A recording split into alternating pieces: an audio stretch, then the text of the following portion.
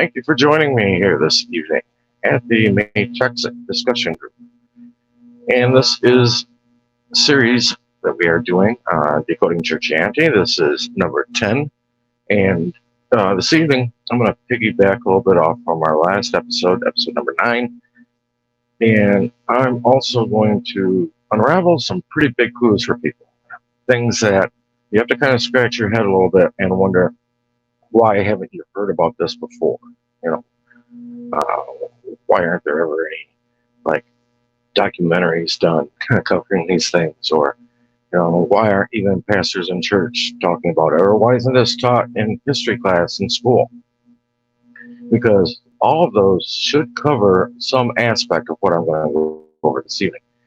And on this series, I'm trying to keep these relatively short. Last week we went for 50 minutes with Micah Dank, but there was a lot of information to go over there, and we didn't even nip the surface of it. I mean, there's so much more that could have been talked about and that could have been discussed. Now, what we're going to do here this evening is we're going to take that, kind of compact that down, but also greatly compact the second half of this knowledge this evening. And once people see it, you can't unsee what you've seen. And it's really going to make you start thinking. It's going to really make the wheels in your head start turning.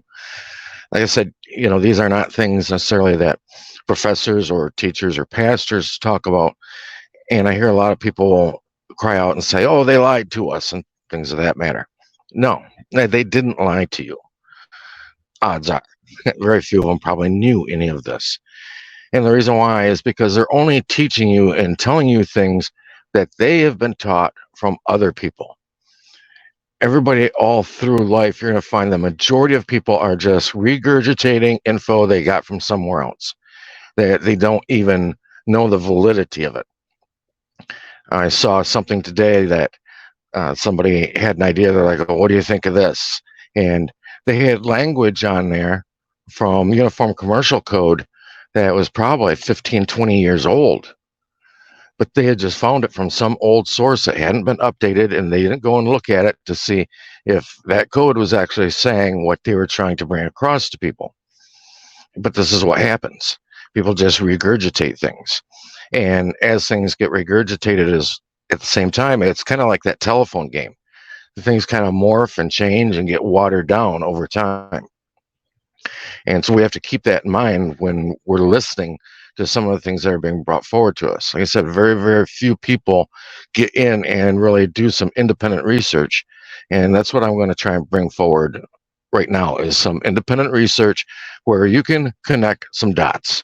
I named this, don't join these dots. Well, the reason why is because this is stuff that is going to change your mindset on how things work. And these are also dots that I would say the powers that be don't want you to be joining them either. When you look at the different religions and the different denominations, whatever, you notice that they all tell relatively the same story, maybe in a slightly different manner, of course, with different names for the characters. But why is it that they're telling you essentially the same kind of story? I mean, you're going to find the creation story all through all different religions. Whether you're going to Asia or here in the West or even in the Middle East, you're going to find very similar creation stories and flood stories. The flood story is very prevalent. In fact, it's even written into the caricature of the old Chinese script. I believe if you look at their old script, like for the word boat, it means 8 mouths. Well, gee, why would it mean 8 mouths?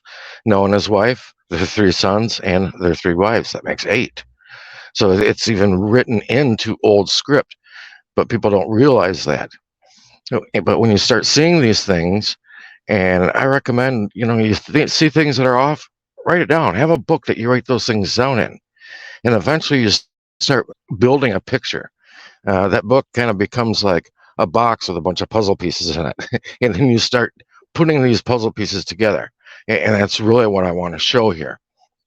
And at the same time, I want to give a disclaimer on this info, that this info that I share regarding, say, religion, for instance, and the origins of man, I do not study or have read Zachariah Sitchin or Edgar Casey, because I know they've covered these things.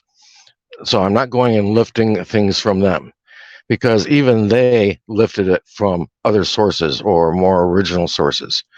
I don't even follow the thoughts of, say, Georgios Tsakis, which is that crazy-haired guy that is on History Channel, I believe, is one of the places where they show his program, Ancient Aliens.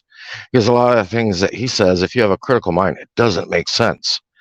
But if you pay attention to the things that he's showing and you think about it with a different mindset, all of a sudden things start making a little more sense. And like, for instance, he'll show how there's these keystone cuts on these huge glyphs, these huge stones, these huge boulders. And these keystone cuts are identical all over the world.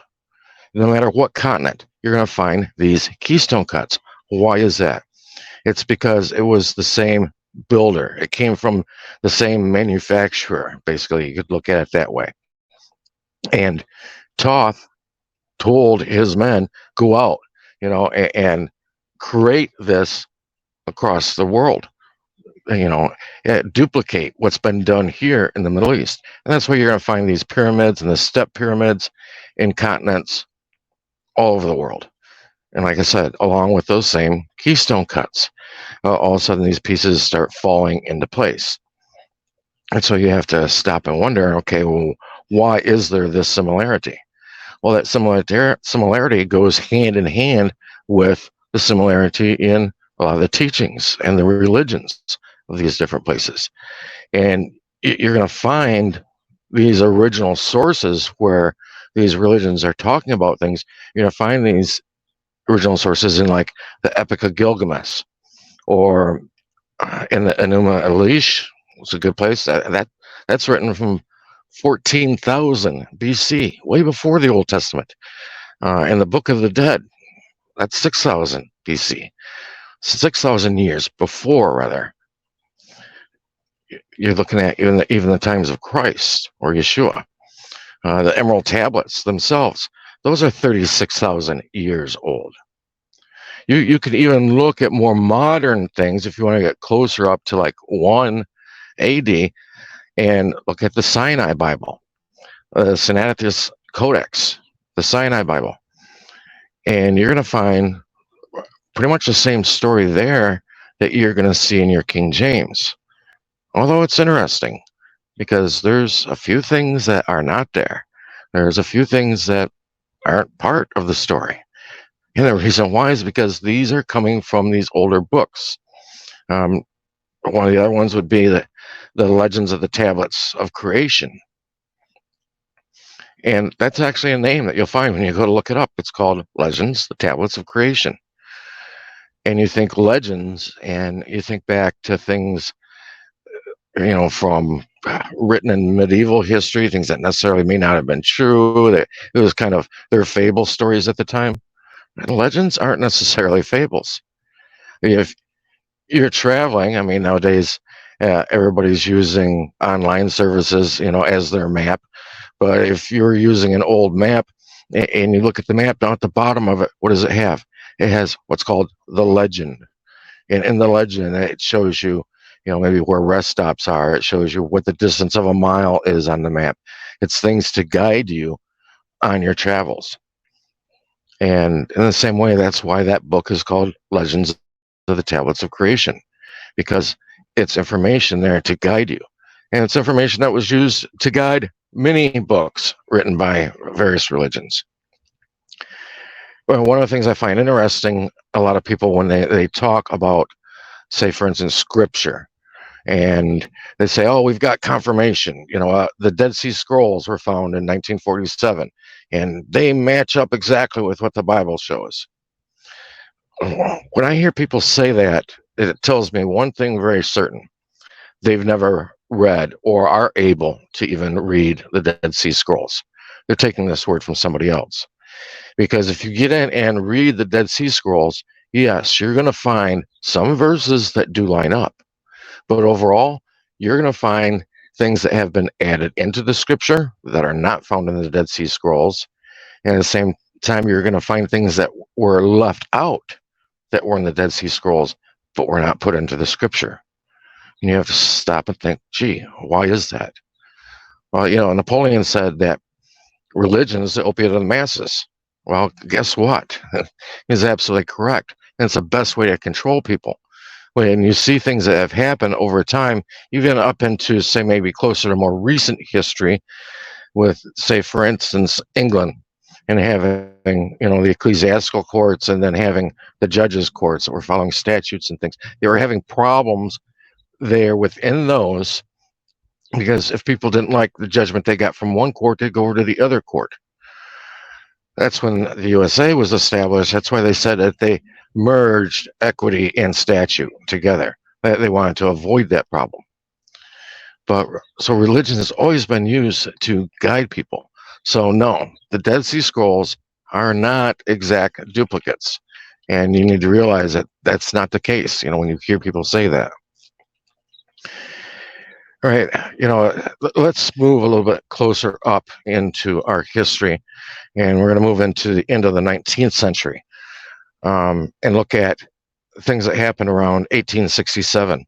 In 1867, there was a council held in England. It was essentially like a Jewish or faith council that came together, and they wanted to start, promoting more of their viewpoints. I believe it might even be called today the Hebrew Christian Alliance of Great Britain, or at least that's what it was originally called. And something else interesting happened in that year of 1867. Actually, a couple other interesting things happened. In 1867, Mark Twain decided to take a trip. And Mark Twain, he was like in his early 30s, I believe. He wasn't really well known, but he got a newspaper, I believe it was, in California to sponsor him and to pay for his trip. And they took this trip on a boat called Quaker City, or at least that's kind of what they nicknamed it, was Quaker City. And left New York on June 8th and came back to the USA November 19th. So it was gone a good chunk out of the year. And I went to Palestine, went and stopped at Jaffa, Alexandria, and Egypt, before returning, and was doing kind of, a survey or an exploration of the Middle East. And at the same time, with part of his contract, I believe he was to write like 50 articles for the newspaper during the trip so that people could get some sort of real up to the minute for back then, up to the minute ideas of what these people were seeing, what they were experiencing over there. And yeah, that'd be a great way to sell newspapers. Absolutely. And it was interesting.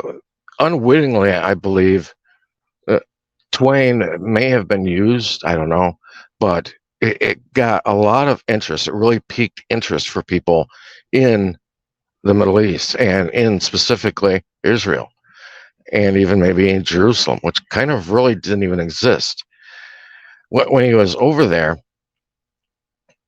he said that, he might have seen like 2 or 3 little Bedouin tents. The Bedouins were basically like the nomads in the Middle East, called Bedouins.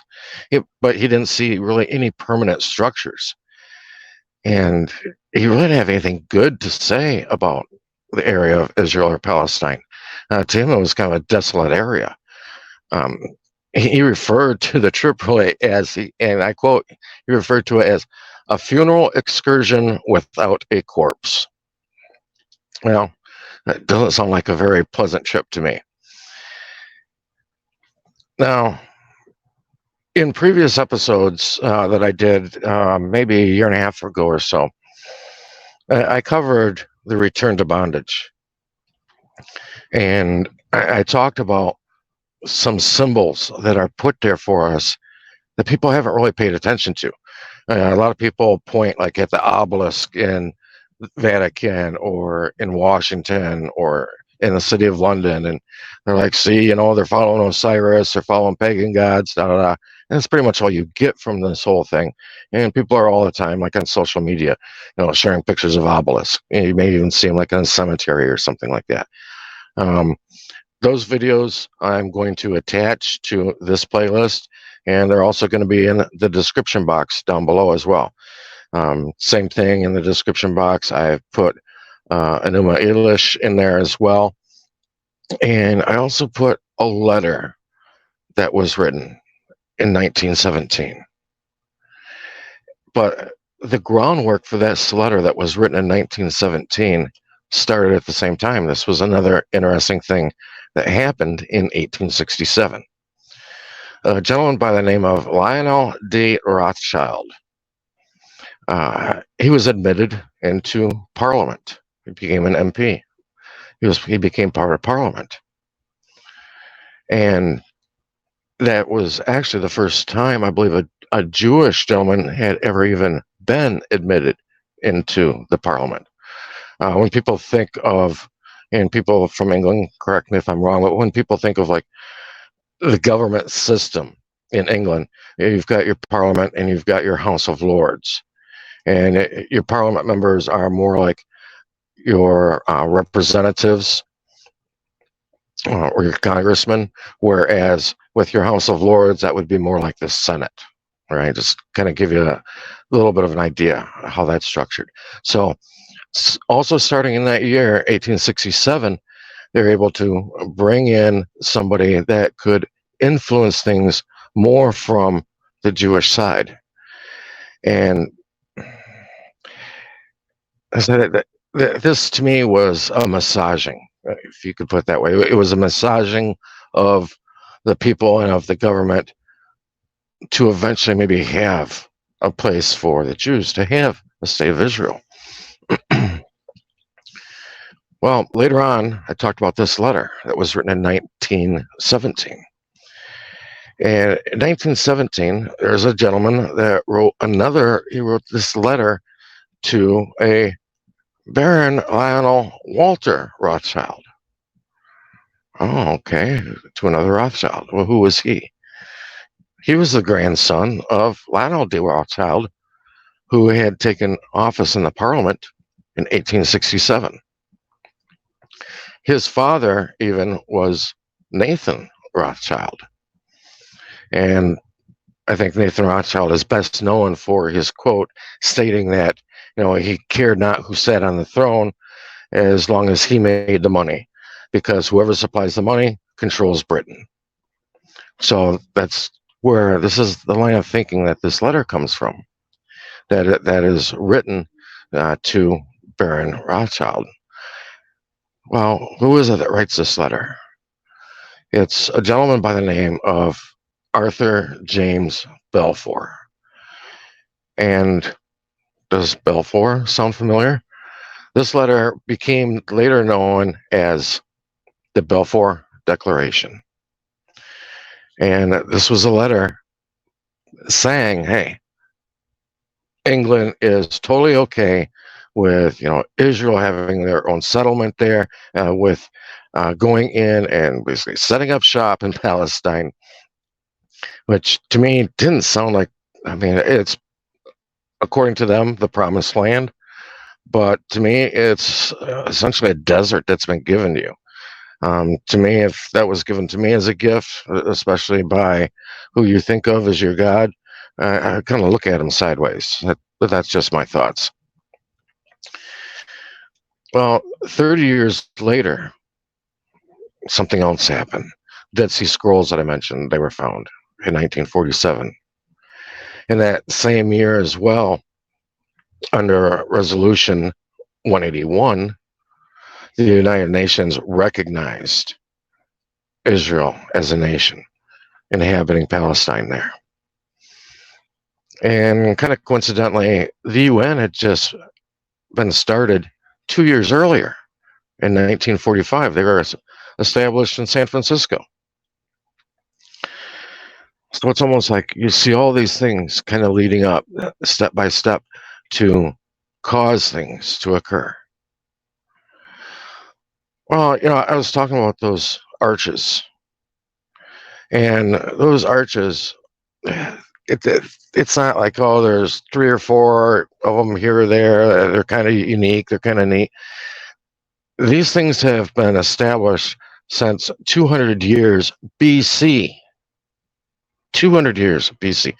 Uh, Hannibal had one constructed regarding his basically putting his foot on the neck of the Carthaginians. That's what all of these were set up for. That's what all the arches were set up for. They were arches. Arch de Triomphe is the famous one by Alexander. But these were done by Emperor Hadrian. They were done by Severus. These are done by multiple people. And the original one, or the not original, but the most popular one, was done by the brother of Titus to commemorate Titus's sacking of Jerusalem in 1970, or in I'm sorry, 19, yeah, in BC 17, which is totally incorrect. Hope somebody caught that. That was AD 71. AD 71 is when it was ransacked. And his brother put up this arch in AD 81, 10 years later. Well, where was this arch put up at? This arch was the triumph over Jerusalem of Rome, or essentially Egypt, even going in, because first one city was taken over, and then they moved on to the next city and took over Jerusalem. This was a victory conquest over Jerusalem, and that arch was set up where they set it up in Rome.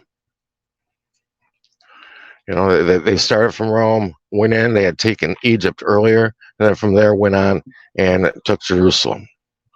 But that arch was set up to commemorate Titus in Rome, which I find kind of interesting. We have to also remember that this arch just wasn't something that was symbolic.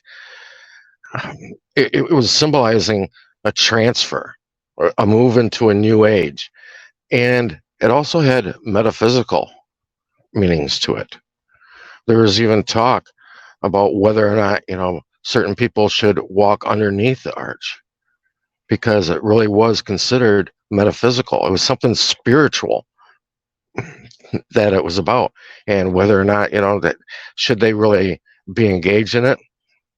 Well, of course, many of those situations, no Israelite would want to walk through that arch of Titus. So you stop and think about how serious different things like that meant regarding these arches. And these arches have been put up all over, during, whether it's Napoleon or Alexander the Great, whoever conquering different areas, every time they conquered an area, they put up one of these arches. It was like a trophy thing to them. It was like planting their flag, all right, on the land that they had taken over. And you're also going to find these arches in the U.S. You're going to find an arch to the Revolutionary War. You're going to find an archway also regarding the Civil War. But you stop and think about it. Wait a second. These arches are put up when an area is conquered. Well, if the USA had won the Revolutionary War, why would the USA put up an arch to the Revolutionary War in New York? Does that make any sense? No, it doesn't. It's the winner that establishes his arch on the land that he has conquered. And if you have any doubt about that, like I said, I'm packing a bunch of info into a short segment here. But if you have any question about that, I would go read the Treaty of Peace, or the Treaty of Paris that ended the Revolutionary War. It was written in France. And who wrote it? It wasn't written by the USA, who were supposedly the victors. No, it was written by France. And we have to realize France and England were essentially connected at the hip. That's where the idea of Union Jack comes from, is because the king sat on both thrones. So here with that treaty, you're finding that it's the loser writing the treaty and laying out the dictates of the treaty. That's not how it works. It's always the winner. So we should stop and consider, is there more of a link between the US and England than people realize? So we're moving up closer to today, which is what I really wanted to do, and something we really should be paying attention to. In 1947, after Israel had become a nation again, well, what do they need? Everybody knows, you need your flag, okay? But what's more important? You need your seal. Because your seal goes on your documents. Your seal is a statement of your power, is a statement of your authority. Well, what were they going to put on their seal? We all know of the flag with the Star of David on it. But is that really what would be a legitimate seal for them? No. A legitimate seal for them would be the candlesticks. It'd be the menorah. Well, for whatever reason, over the centuries, there was no exact duplicate of the menorah anywhere. They weren't sure how to exemplify that on their seal for their country. But there was one place where that was still found at. It was on that Arch of Titus in Rome. That Arch of Titus as well, people need to realize, has way more legacy to it, I would say, because when we look at the archway for the National Arch for the USA, the one that I said ended the Revolutionary War, that archway was a simplified version of, guess what? The Archway of Titus. His victory over Israel. And that became a simplified view of the National Arch for the US, commemorating the end of the Revolutionary War. And also where they found a perfect depiction of the menorah for the state of Israel. I hope this really connects some dots for people. You stop and think, you might need to listen to this 2, 3, maybe 4 times before some of these things start falling in place. Go and research them yourself. Don't take my word for it. Pull up in a book, go online. I don't recommend, you might find some stuff on Google. I think you get more info off of, say, DuckDuckGo or Bing. Who knows? Maybe even ChatGPT might even have more info on it than Google will supply. I don't know. But go and look these things up. And, one of the things that really irks me, especially nowadays, seeing things that are happening between different nations and different continents, is that, I've heard people many times, that there's arguments over like the World Health Organization, the WHO, who's underneath the UN, and people complaining about, we need to get rid of the UN, we need to abolish the UN. People don't realize the UN has 5 permanent members. Those are the 5 members that were part of creating the UN. Would that be?